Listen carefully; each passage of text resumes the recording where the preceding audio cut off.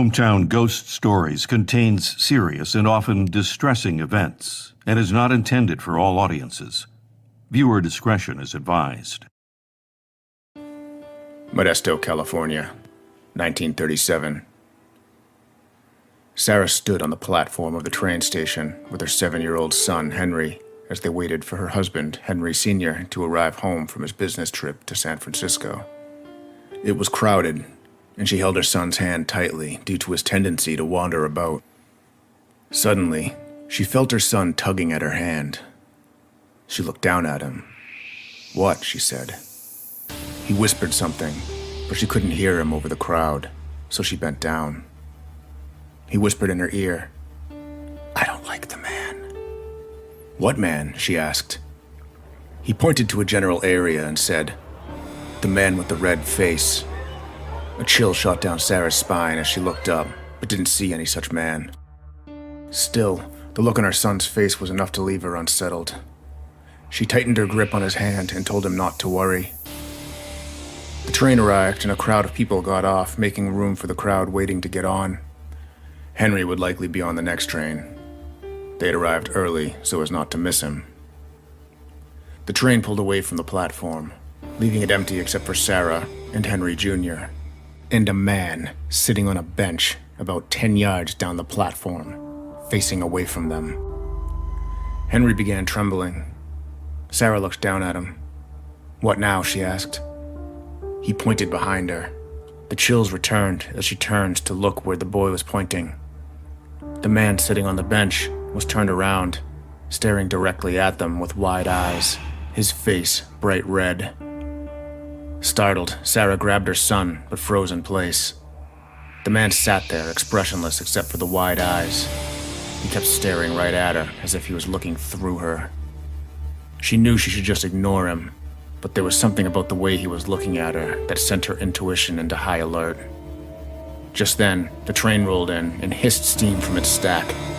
She had only looked away from the man for a second, but when she looked back, he was gone. Nowhere to be seen. I'm Dave Wilkins, and this is Hometown Ghost Stories, Modesto, California.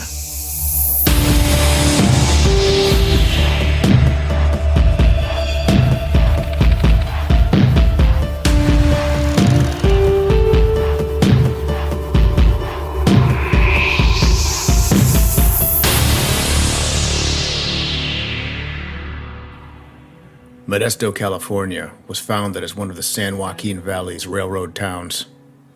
It was founded as a village in October 1870, when the Central Pacific Railroad purchased approximately 1 square mile of land and began selling lots. Before the Central Pacific Railroad gave shape to the village, Americans had already settled in the area and began farming. Several villages sprang up to provide services to these people. Among them were cemeteries. The city was supposed to be named after William C. Ralston, who had financed many of the projects that were happening in California at the time. But Ralston decided the city wasn't significant enough to bear his name, and thus it was ironically named Modesto, meaning modest. Modesto, however, was not quite the clean, prosperous, and peaceful town depicted in the 1881 county history's pretty drawings and enthusiastic descriptions. The county had in fact achieved a notorious reputation by the late 1870s. The Herald reported in August 1879 that for years past, Modesto had been the rendezvous of gamblers, thieves, rollers, and gentlemen of that ilk, who seemed to entertain the opinion that they were secure from molestation by police officers and could ply their nefarious business without the fear of law. They said that when they could not remain anywhere else, they could come to Modesto and be safe from annoyance. Brothels and opium dens loomed up in the distance, and these places were frequented nightly by an unsavory crowd. Drunken men were rolled and robbed in the streets, ladies were insulted, young lads were enticed into their dens of iniquity, and numerous offenses committed. On one occasion, the law-abiding locals and legitimate business owners got fed up with the riffraff and decided to take matters into their own hands. The group of about 150 vigilantes met in an old warehouse on the outskirts of Modesto. They began their march down the street wearing black masks, armed with shotguns, torches, and revolvers. They stopped in front of Sullivan's dance hall. The leader of the group, referred to by the others as the captain, called out to the owner of the hall, who appeared in the doorway. He was ordered to shut down and leave the city. The owner yelled something back, but nobody heard it over the shots being fired into the night sky. Pandemonium broke out. Frightened, scantily clad women ran frantically from the building into the streets. The vigilantes then marched to the next dance hall and did the same thing to that owner. After that, they moved on to the saloons and grog shops. Then over to the opium shacks, which they tied ropes to and razed them all to the ground. The next morning, a large group of displaced gamblers and drunks heading to the train station included a man named John Kelly. He was so drunk that he had to be carried by a couple friends. Kelly was known around town to recruit young girls into prostitution. Among the gang of vigilantes watching the drunks leave town was John Speakman, an old man from a local mining town who left his sickbed and walked all the way to Modesto. Speakman's 15-year-old daughter had gone missing and was spotted in a brothel. John Kelly had put her there. When Speakman spotted Kelly, he leapt from the crowd and stabbed him repeatedly in the stomach with a pocket knife. Kelly's two friends left the bleeding man on the train platform, and he died 4 days later. The locals didn't press charges against Speakman, determining that Kelly got what he deserved. Violence and drug use in the city continued over the decades, and Modesto is still a very dangerous city to this day. In 2013, it made CNN's list of cities with the most active meth labs, and currently has a violent crime rate more than double that of the national average. Typically, in areas where there are large amounts of violent death, there are subsequent hauntings, and Modesto is no exception. 1991. It was a warm September morning when a couple moved into their new house on Pleasant Street in Modesto, California. They hadn't inquired about the house's history because the thought hadn't occurred to them. All they knew was that this particular house was perfect for them and their little grandson, who would visit frequently. One afternoon, when he was visiting, they noticed he was playing with his toys and seemingly interacting with someone who wasn't there. "Who are you talking to?" his grandmother asked. The boy responded, telling her he was playing with his new friend, Debbie. The grandmother smiled and returned to her husband, who was sitting at the kitchen table enjoying an iced tea. "He's made an imaginary friend," she chuckled. "Quite the imagination on that one," her husband replied. Time went on, and the grandson would continue his visits. Each time he visited, he would play with Debbie, his imaginary friend. The grandparents were completely unaware that the house of their dreams had been a house of nightmares for the previous owner. 1988. Mrs. Whitlock, who was born on April 16, 1955, who was born in Newmarket, Suffolk, England, moved to America with her family when she was little. There, she made a seemingly happy life for herself. She found love, and at age 32, she was a wife, a mother of a little 3-year-old girl, and the assistant manager of a Sears in Modesto, California. However, all that changed on the night of March 24, 1988. That evening, her husband, Harold Whitlock, left their home on Pleasant Street, saying that he was going to a friend's bachelor party and wouldn't be home until morning. While he was away, she spent the evening alone in the house with her little daughter. After dinner, she put the girl to bed, read her a story, and after making sure she was fast asleep, retreated to her room to enjoy a glass of wine and some late-night talk shows. Eventually, she fell asleep with the TV on. But she woke suddenly, the room dark except for the light of the TV, and there at the foot of the bed stood the silhouette of a man holding a knife. She went to scream, but then remembered her daughter sleeping in the next room. Not wanting to wake the little girl, for fear of her cries drawing the attention of the intruder. Instead, she kicked off the covers, startling the man, who then grabbed her by the hair, dragging her into the hallway, where he began slashing at her with his knife. She fought back, but her main focus was on trying not to scream. The man slashed multiple times at her throat, nearly decapitating her. She died silently in the hallway, mercifully unable to experience the unspeakable savagery that would occur after her death. Eventually, the killer fled. The toddler, who slept just a few feet away from the atrocities, remained unharmed. Harold returned the following morning as promised, and upon entering, heard their daughter CJ crying in her bedroom. Weird, he thought to himself, since his wife would typically have her up and about by this time. As he was about to call out her name, he rounded the corner to the hallway and saw the bloody scene. He stumbled back. After a moment of shock, he sprinted to CJ's room, scooped up the screaming toddler, who was thankfully unharmed, and ran out the back door, where he phoned the police. After reporting the crime, he called his wife's mother, Jackie, and delivered the devastating news. Someone had murdered Debbie. 1991. The living room floor was cluttered with toys as the couple watched their grandson build a tower out of blocks. He would delightfully construct a tower roughly 1.5 feet high, then frustratedly watch it topple over due to his inadequate structural engineering. Their amusement was interrupted, however, by the bedroom door suddenly opening by itself. There was a long creaking noise as it slowly opened, followed by a heavy silence as the three of them looked on in curious confusion. The grandmother was about to say something when the rocking chair began slowly rocking back and forth. Her jaw dropped as the little boy turned to his grandparents and said, "Debbie's in the chair." 1988. The police initially looked at Harold as their main suspect in the crime. He was away the night of the murder, but his alibi had some holes in it and had plenty of time to return to commit the crime.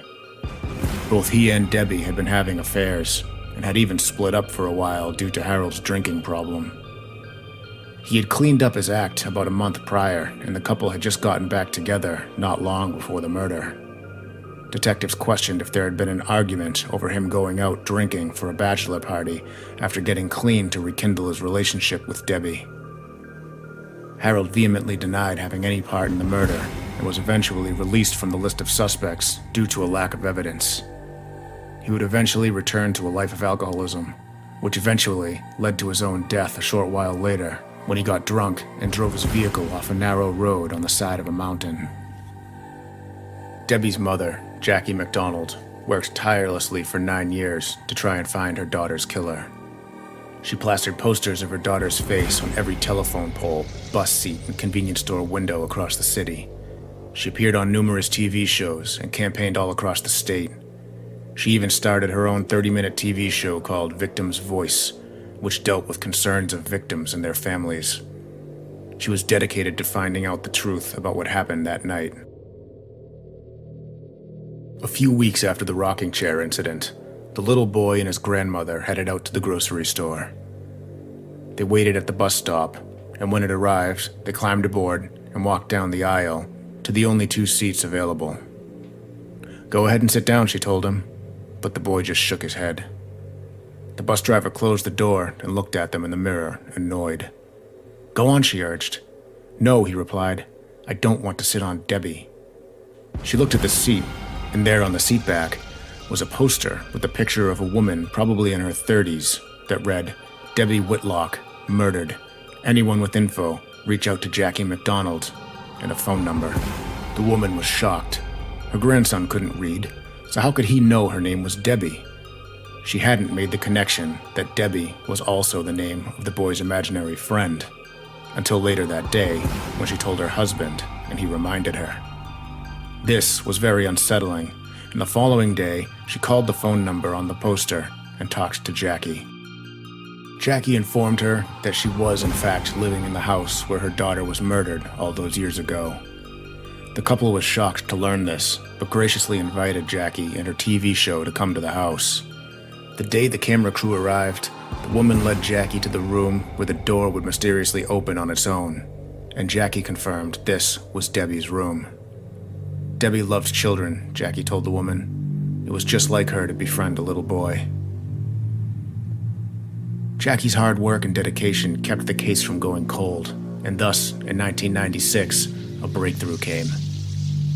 Jackie, in partnership with Citizens Against Homicide, a local California organization, had rented a few billboards featuring her daughter's picture. A former drug dealer called the authorities and revealed that he had been acquainted with Debbie's murderer and forwarded them a name. He had seen the billboards, he said, and wanted to do the right thing. Apparently, he even declined the hefty cash award. His information sent the police to search for Scott Avery Fizzell. Fizzell had been 18 at the time of the murder and had been living in Modesto with his mother and stepfather.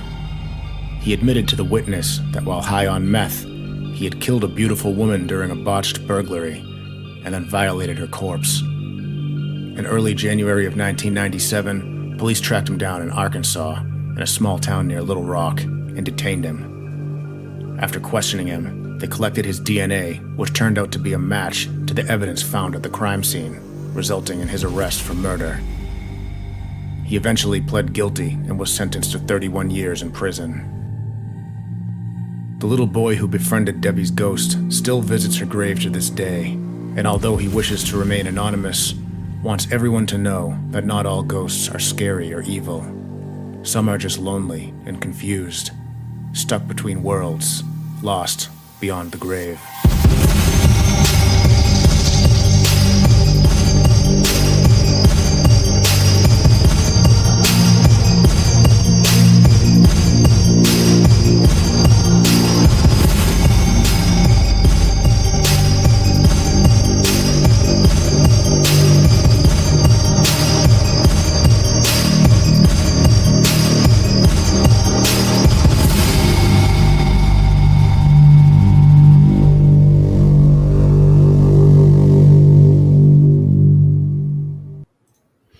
What's going on, ladies and gentlemen? Welcome into Hometown Ghost Stories, Modesto, California, the horrors of Modesto. I'm Jesse Wilkins on Twitter at Jesse C. Wilkins. I'm joined by Rob Coakley. What's up, Rob?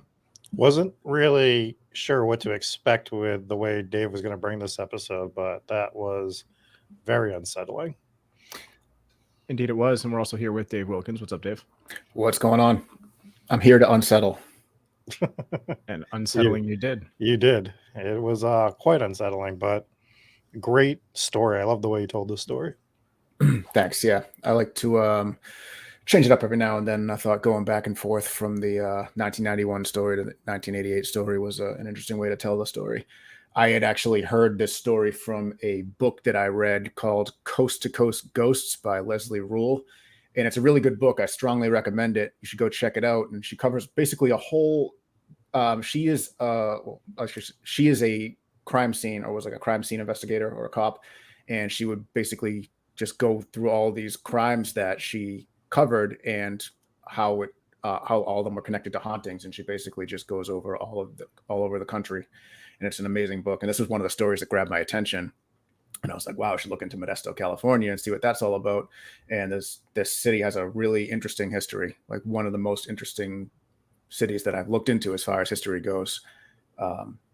There's also a bunch of different haunted locations. So covered a couple of them, and here we are. Well, let's start off with there was the toddler who was playing with blocks and building a tower. And you said that he had inadequate structural engineering. True. That was based on the toppling of the blocks, I feel like. Okay. All right. Not for just your pure loathing of 3-year-olds. No, It was true. that was a criticism of his. Just absolute dig at this kid. This kid just couldn't get it done. Your poor children. My children will not have inadequate structural engineering when playing with blocks. Well, I mean, if you want your kids to be good at playing with blocks, send them to school and get them a little degree in structural engineering. Doesn't have to be anything crazy. A bachelor's or an associate's degree should do it. That should take care of it. Yeah. If they don't have that by the time they're 4, then what are we even doing? I know. Yeah, get rid of them. Every regular 3-year-old out there. I want to do, anyways, before we jump into it, I want to thank everyone who's hanging out in the live chat. A lot of people in on YouTube today, and I'm not entirely sure if Cash is serious because he never is, but apparently he had an accident at a shooting range today, and he's in the emergency room. So let's all hope that Cash is okay, because we love him, and we hope that everything is okay with him.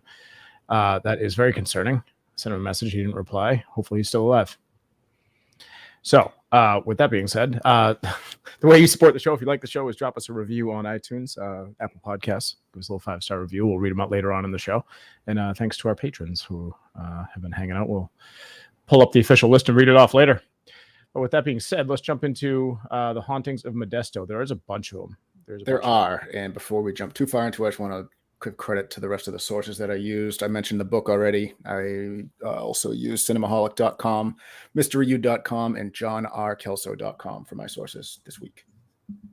Nice. Very well done. So, Modesto, California, also called Meth-desto. Big meth problem going on there. You actually brought it up that there's a lot of meth labs. Very Breaking Bad kind of city. They're working on it. What they need is for all of the law-abiding citizens and legitimate business owners to just gather up and just storm the town like they did back in the 1800s. I feel like that's the only way to do it. Was there a big meth lab problem in the 1800s? No, but there was an opium den problem. Oh, So I guess that's not that much different. Yeah. Kudos to you for coming up with that story. The way that you told those stories is cool. I actually thought it was like an error when you started going back, when you went back to like 1991. I was like, oh God, he accidentally repeated part of the video. It ended up being just fine. I was like, okay, never mind. It's Jessica says it's still the meth capital. So hey, they still get that crowning achievement. Did you find any more interviews with the kid that's grown up that still visits the grave, or No, is he just really adamant about not being identified? It was hard to find a lot on this one, and I couldn't find like a lot of details on the murder, and I couldn't find a lot on the family that moved into the house after, because I think that they never released their names and they remained basically confidential, and the only way that we know that they exist was from this police detective who wrote the book, and she didn't release their names. So yeah, it was hard to find a lot other than what was mentioned in the book. Which is fair. I mean, but still, like that child, like saying that he doesn't want to sit on her, and her picture being there, and he doesn't know how to read. Like, that is tingling. And you actually have a story like that from your childhood. Yeah, when I've told it a couple times here, and that's kind of what struck me about this story was the little kid with the imaginary friend. And this was, I'll tell it briefly, but I have mentioned it on here a couple of times. But basically, when I lived in Plymouth when I was really young, I would think I was 2 years old. We lived next door to this woman who my mom befriended, and I had an imaginary friend. My mom didn't think anything of it. I named the imaginary friend Bernie, and my mother was having tea with a neighbor, and the neighbor was talking about one of the former owners there who had passed away. Her name was also Bernie. So my mother was like, oh my God. So I don't remember the story, but she told me. And yeah, that's what kind of caught my attention with this story, was the little kid with the imaginary friend that turned out to be Debbie, who lived in the house before. So I think this is a lot of the reason why we like go back to the children, like, and how they are just more susceptible to seeing things and interacting with the spirits as a whole. You know what I mean? Yeah, the book that I was talking about actually has a whole chapter on that, and it's really interesting because the theory is that there's this veil, and when the child's born, they can remember, they allegedly can remember past lives, or they can remember being in, I guess, the afterlife, for lack of a better term, before, but and that they can see spirits that adults wouldn't be able to see until they get older. And there's a lot of interesting evidence that supports that. I was actually talking to my daughter, who is 5, Juliet, and she randomly was like, one day, she was like, Dad, what does hell look like? I was like, I don't know. I can let you know, but I don't know what to tell you. I was like, Modesto, California. No, Dave will just report directly back from the source eventually. Yeah, exactly. I was like, I don't know, probably fire, and heaven's probably got clouds. When Dave gets to hell, they're gonna be like, well, the reason that you're here is because you said a 3-year-old had inadequate structural engineering, and other than that, you were good. You were on the fence before that, but that really pushed you over. He did have inadequate structural engineering, in my defense. But so I was like, oh yeah, it's probably got fire, and I guess heaven's probably got clouds. She looks at me and she goes, heaven doesn't have clouds. I'm like, doesn't it? Do you know? How do you know? She goes, I remember. I'm like, what do you mean you remember? She's like, oh, before I was born. I was like, she's 5. Like, what? That's crazy. Like, what are you talking about? I mean, she could just be like saying things, off the top of her head, but I mean, it sounded oddly. Oh, and she goes like, and the sky's not blue either. The sky is green. So I'm like, it could just be random stuff, and it could be, it's just oddly specific. I don't know. Huh. That is oddly specific. But it caught me off guard. I was like, oh, yeah. Like, no, heaven doesn't have clouds. Like, all right, my bad. Everything bad. Yeah. As long as she told you what was up, that's all that matters. Yeah, exactly. Her favorite thing to do is correct me. Fair. I mean, that's what we do on the podcast consistently. So yeah, right. So maybe she just watches the show and she's just like, this is what they do to my father, and I need to make sure that there is somebody else here to correct him at all times of the day. That's right. Keep it consistent. Yes.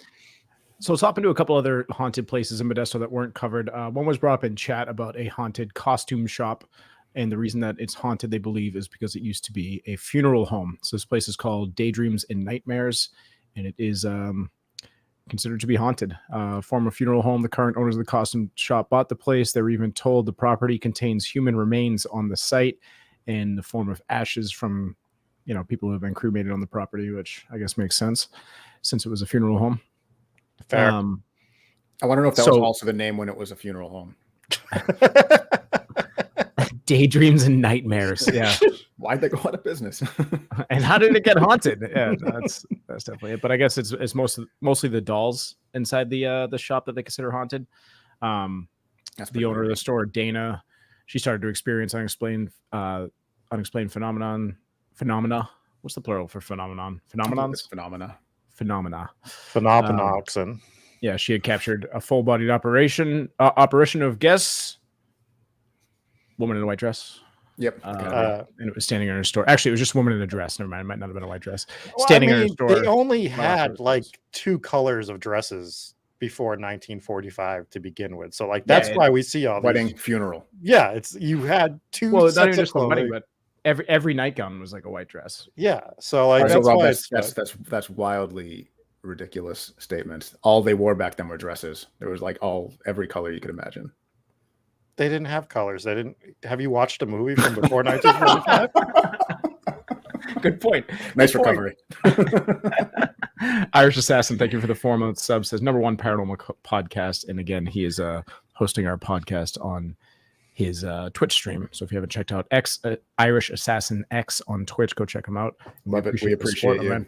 Definitely. Grab Stephanie's comment there. It's a good point referencing the. So Stephanie says children aren't yet as skeptical and are more open to seeing what we as adults don't want to, and I think that's a really good point because as adults we are basically harnessed by our skepticism, and we're afraid. As adults we're afraid what other people are going to think about us. So if we see something that might be a ghost, we might not say anything about it. Much like, oh, that's my imagination, because everyone's going to think I'm an idiot, or everyone's going to think I'm nuts, and we might keep that in. Whereas a child is going to be like, "Yep, ghost." And as an adult, you're also consistently rationalizing things, right?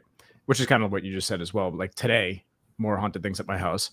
I'm sitting here, wife leaves. I'm just sitting here watching a blank TV because I'm trying to figure out why episode 8 of Better Call Saul isn't working for me. And it turns out that it doesn't air until July 11th. So that starts to make things make sense.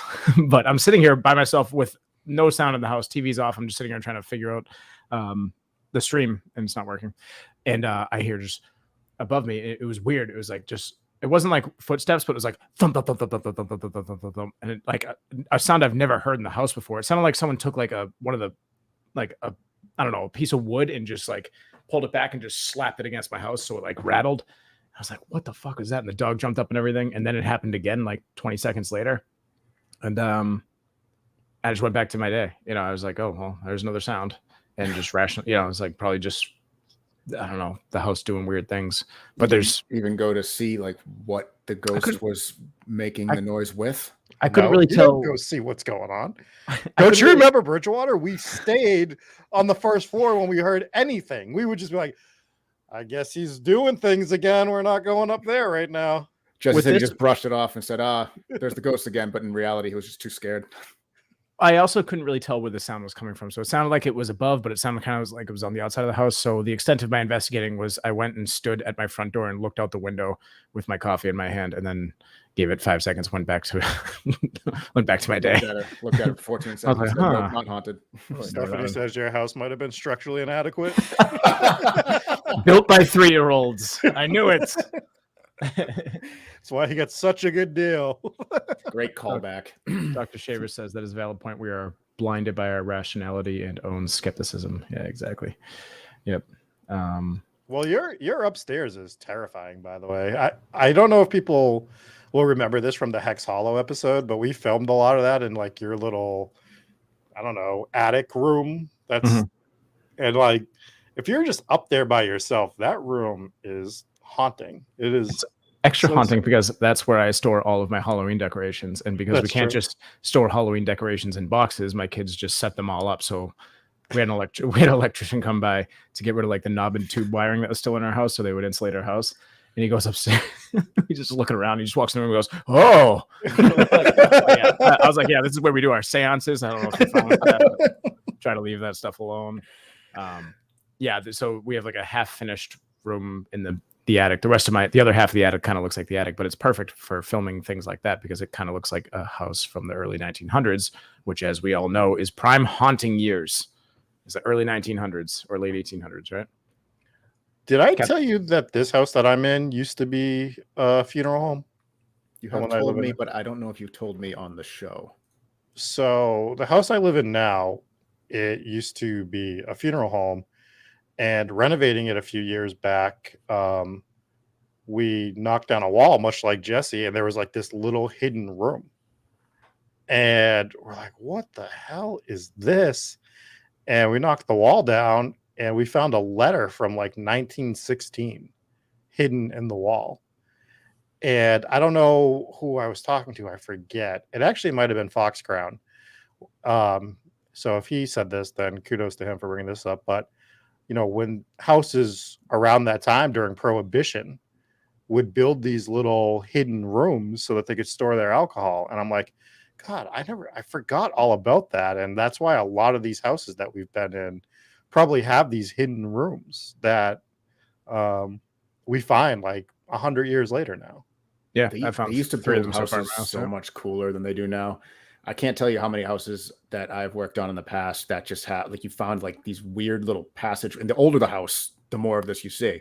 There was like the 1920s where or what? Yeah, like the Prohibition era was like big with like secret areas to hide things. But if you go back further, there was like secret passages inside walls and like inside like little doors inside closets that leads to another room and stuff like that. For Where you pull one book out of the shelf and the whole bookshelf just swings the around. whole thing. Yeah. Put the candle back.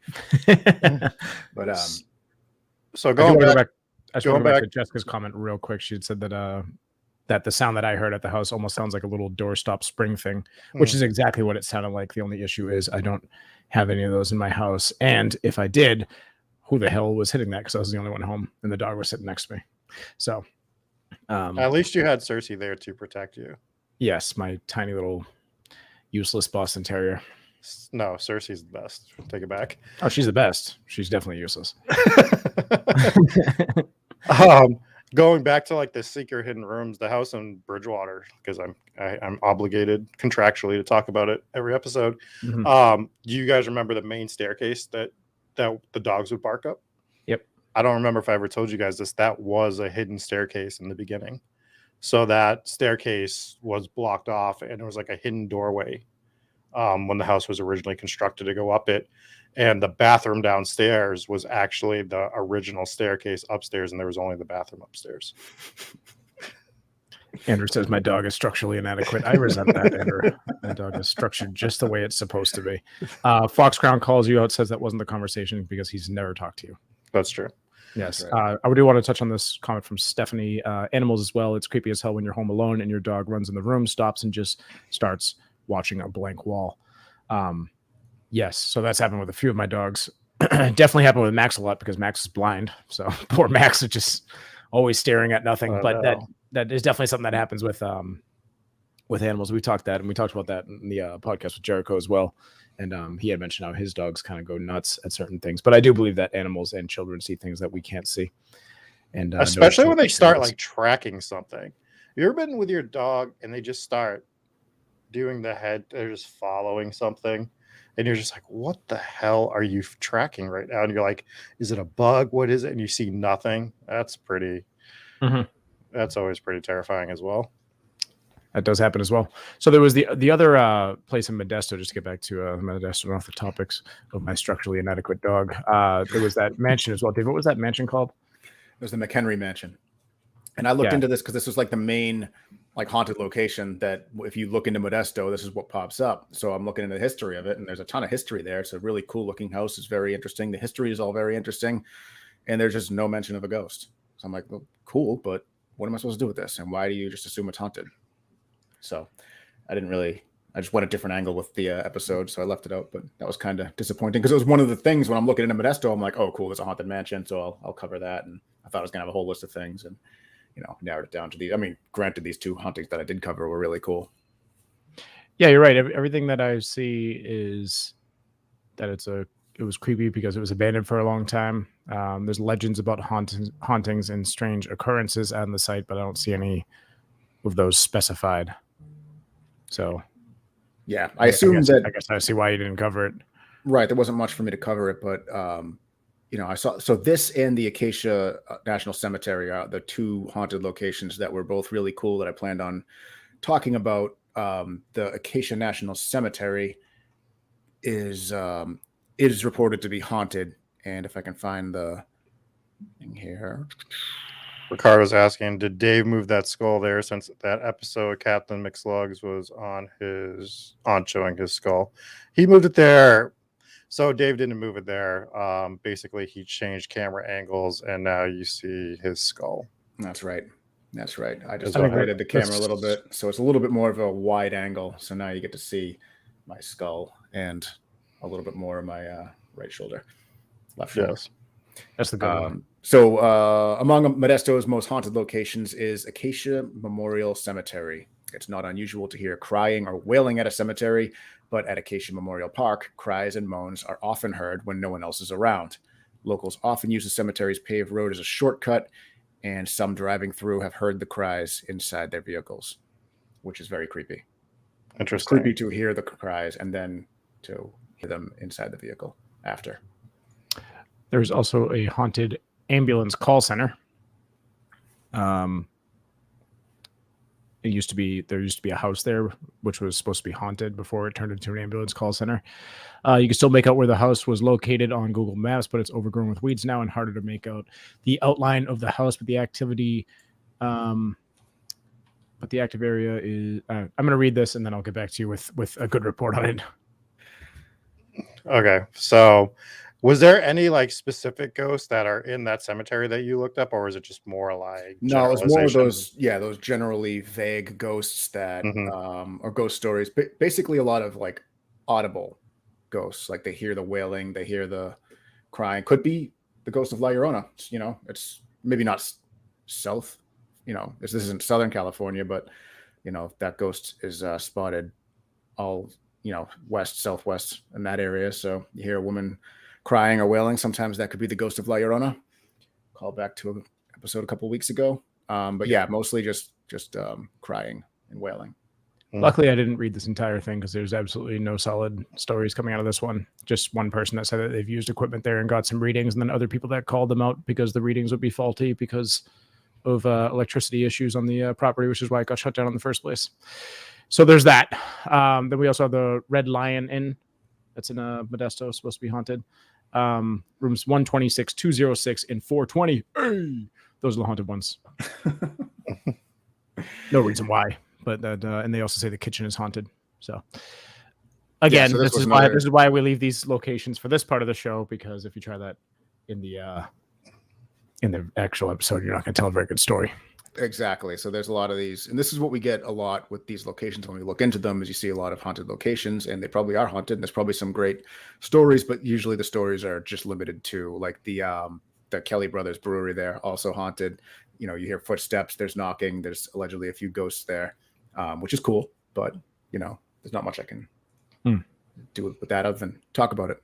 Well, the sad part is a lot of it's probably lost to history too, right? Like we don't know all of the stories that happened there. They weren't written down or passed down word of mouth, and it might have just happened to one person, and no one knows the actual story. You know what I mean? So exactly, and this kind of feeds back into when an adult sees a ghost, they don't really want to talk about it, and if they don't want to talk about it, they definitely don't want to write it down and record it and be on the record talking about it.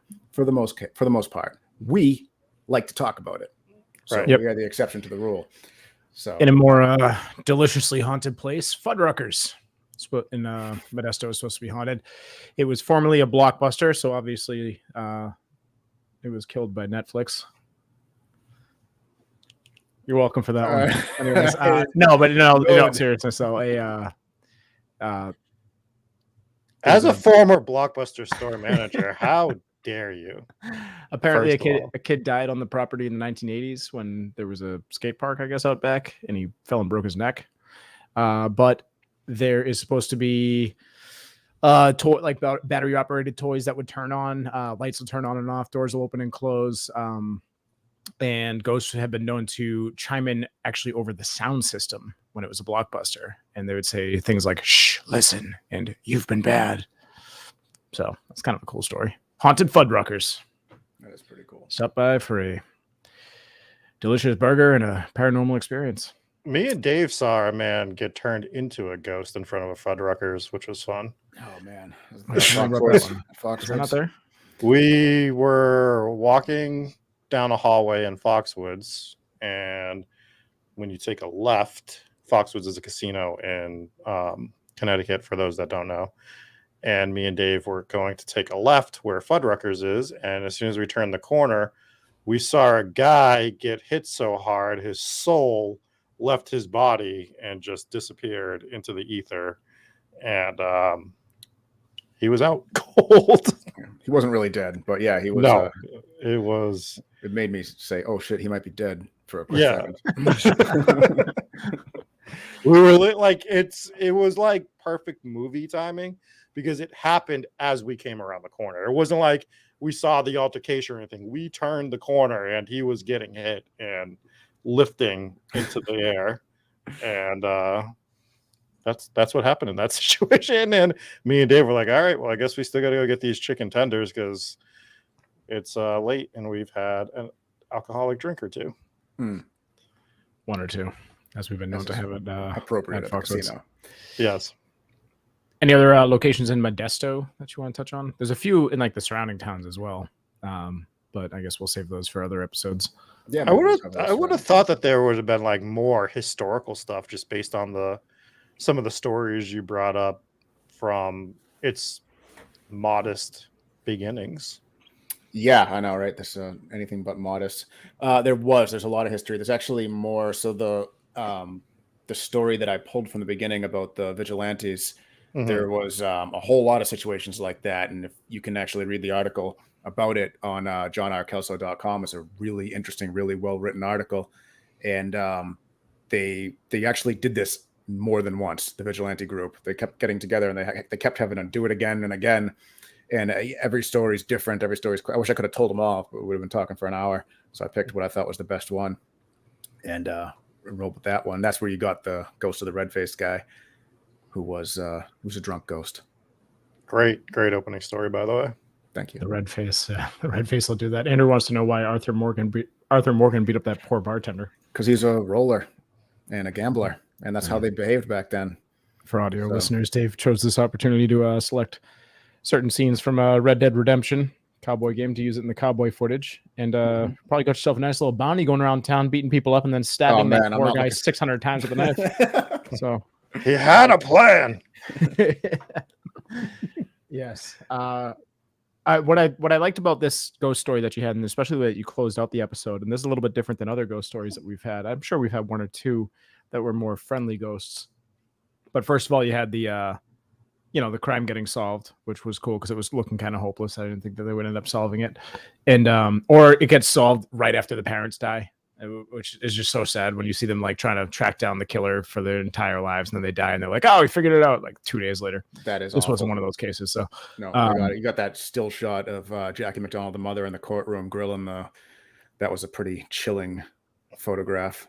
For you audio listeners, you're really missing out if you're not coming and checking us out on YouTube, because there's a whole video portion. Yeah, you can watch Dave miss all of his shots on Red Dead Redemption. I couldn't aim. I would have got the crossfire thing in the middle of it. I had mentioned it in the private chat, but the mug shot, well, not really the mug shot, but there was a picture of the murderer, and he had this like long hair like draped over his face. He looked like a killer out of a movie. Like as soon as I saw that mug shot, I messaged you. I was like, yeah, he's guilty. Yeah. And he was like, holy shit, man. Well, he was up for parole last year and it was denied. So that's good. What a way to be captured too. Like there was no leads on that at all. Like he probably could have got away. And it just shows you like this is a whole side thing that we won't go down too far. But a lot of these killers can't shut the fuck up. They just can't shut up. They have to tell somebody, and it's how they get caught time and time again. They go in this jail cell, like, yeah, well, guess who I killed? Everybody. And then they get caught because they just couldn't shut their mouth because the dude's like, hey, look, I stole a car, but I can like testify against this dude that's a murderer. And if you just want to like let me go for a bit.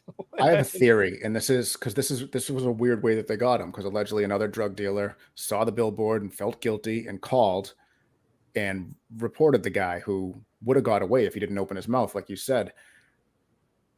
Maybe that the anonymous tip was actually the killer, and he felt bad and wanted to come clean with it. Maybe he wanted a clean conscience, because it seems weird that another drug dealer would call and rat him out after all those years. I would lean more heavily into a drug deal gone bad. This guy screwed him over, but the guy that, so basically like drug dealer probably gave this guy some drugs to sell or whatever, and he screwed him over. And he's like, well, I know that you murdered that chick. So he just called it in because maybe probably. But he was already. But it all starts with him not shutting the fuck up, right? Right. Have you, so just to go off of something you talked about, and this is like a whole nother thing, but have you ever heard of the serial killer? I think he was in Minnesota. It's been a while since I listened to the case, but this guy, he would murder a woman, and then he would call the cops crying, confessing to what he did. And then he would repeat the cycle.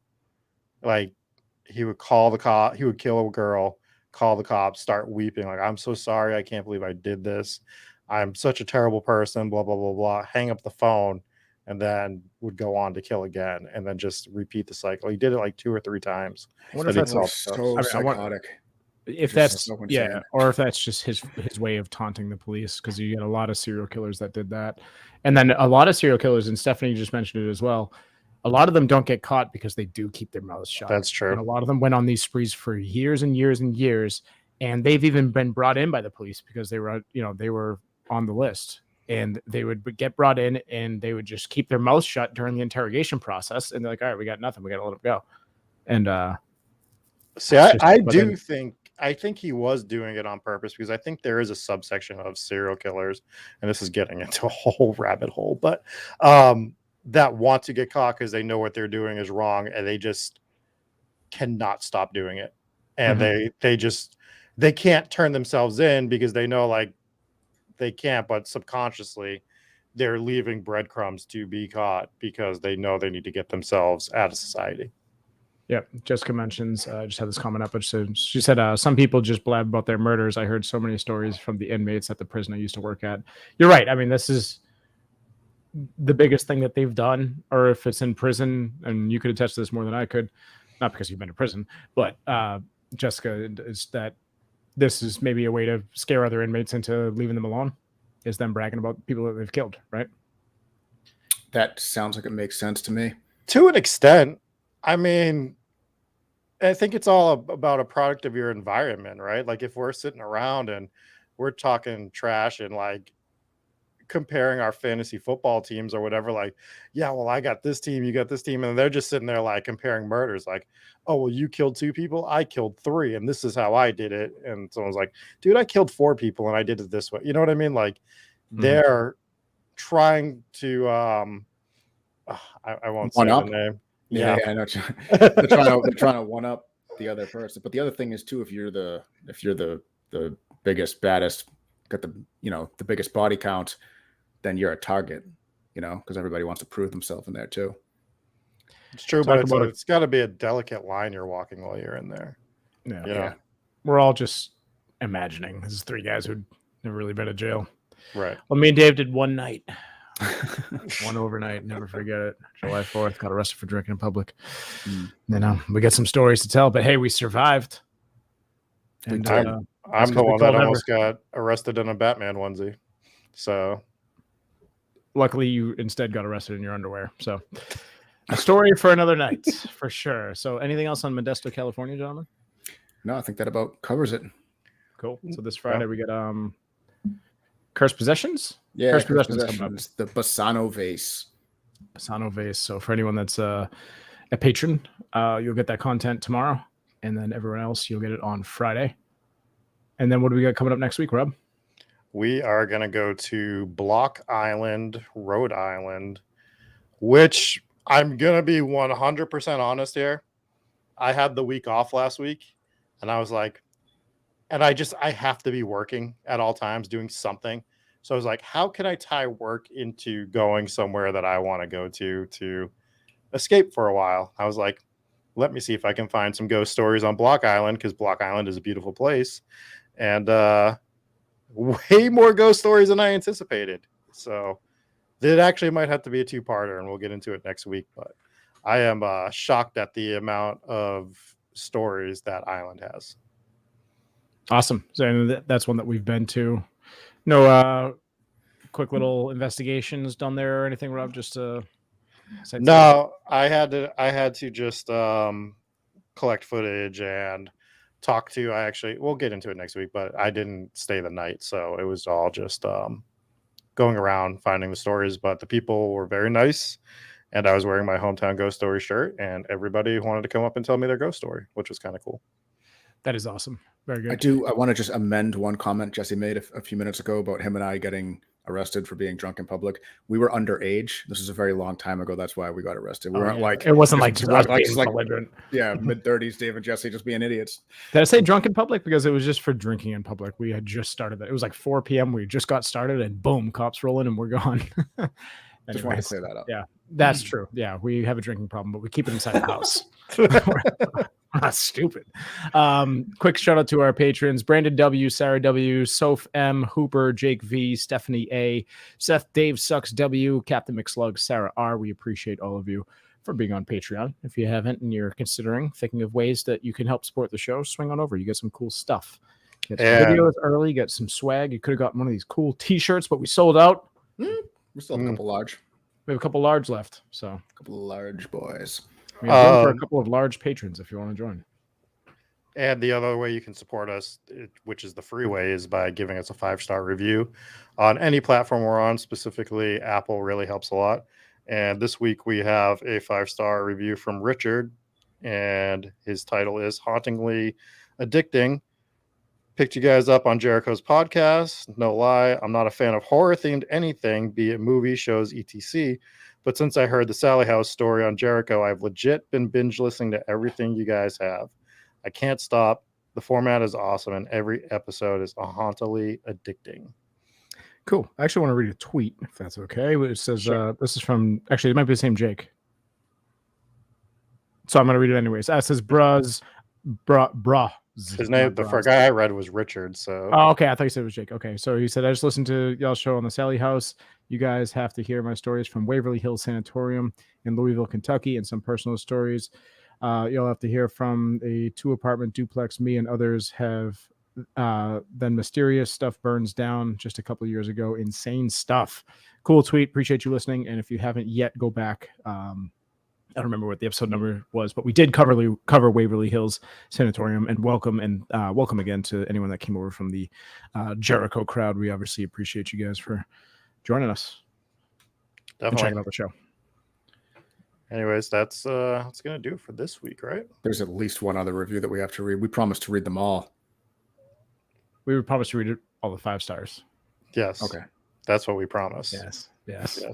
We don't want to start any fights. So without further ado, we will catch you guys on Friday for some side content. We have a few big announcements coming soon, but we will wait until they are finalized, and we will keep you guys posted on that.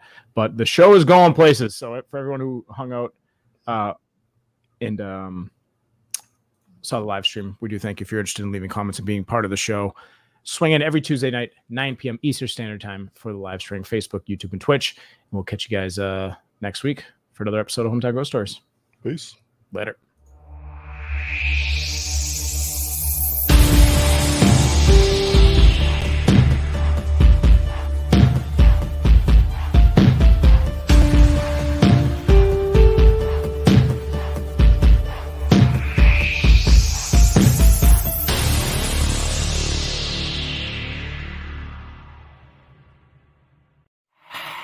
Hey guys, I'm Jesse Wilkins from Hometown Ghost Stories. I want to thank you so much for watching this episode.